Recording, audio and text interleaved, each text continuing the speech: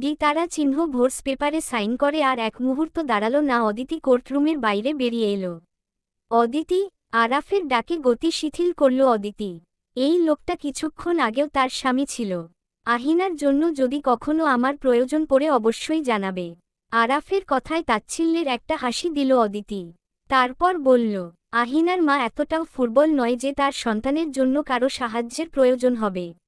অদিতি আর কোন কিছু বলার সুযোগ দিল না আরাফকে, তার আগেই প্রস্থান করল সে। জানালার পাশে বসে আছে আদিতি। ৩ মাসের আহিনা বিছানায় ঘুমিয়ে আছে। প্রকৃতিতে এখন চৈত্রের খরা, সেই খরা ধরা দিয়েছে অদিতির জীবনেও। তপ্ত দুপুরের উদাস প্রকৃতিতে নজর থাকলেও চিত্তটা তার বছর ২ আগের অতীতে।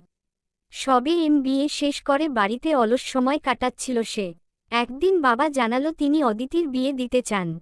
মতিউর সাহেব বিপত্নিক সিঙ্গেল ফাদার ছিলেন। ছোট বয়সেই অদিতি তার মাকে হারায়। পত্নী বিয়োগের পরে মেয়ে অদিতিকে নিয়েই ছিল তার জীবন। কিছুদিন পূর্বে একবার হার্ট অ্যাটাক করেছেন তিনি, তাই চাইছেন বেঁচে থাকতে থাকতে মেয়েকে সুপাত্রস্থ করবেন তিনি। অদিতির নিজের কোন পছন্দ ছিল না, তাই বাবার কথা একবাক্যে মেনে নিয়েছিল সে।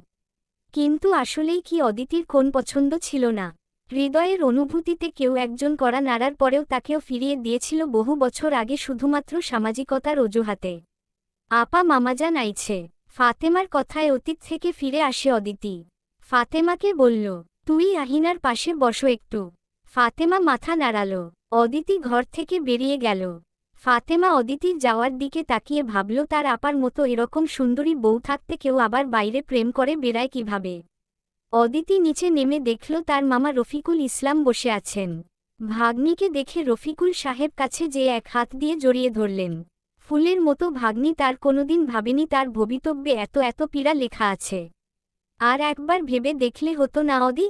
ভেবেচিন্তেই সিদ্ধান্ত নিয়েছি আমি মামা। বাবার এখানকার ব্যবসা আপাতত তুমি সামলাবে, আমি জাপানের অফিসটা দেখব, সেই সাথে PhDটাও কমপ্লিট করতে চাই ওখানে। আহিনাকে নিয়ে একা পারবি সামলাতে?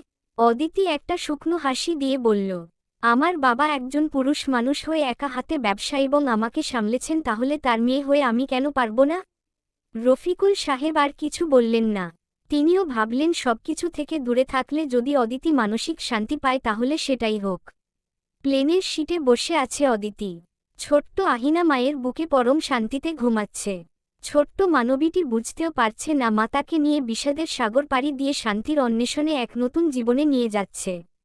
প্লেনের জানালা দিয়ে অন্তরিক্ষের কুয়াশাচ্ছন্ন মেঘমালার ভিড়ে অদিতি বুঝি আবার ফিরল অতীতে। আরাফের সাথে খুব ধুমধাম করেই বিয়ে হলো অদিতির। স্বামী শ্বশুর শাশুড়ি নিয়ে সুখের সংসার হল।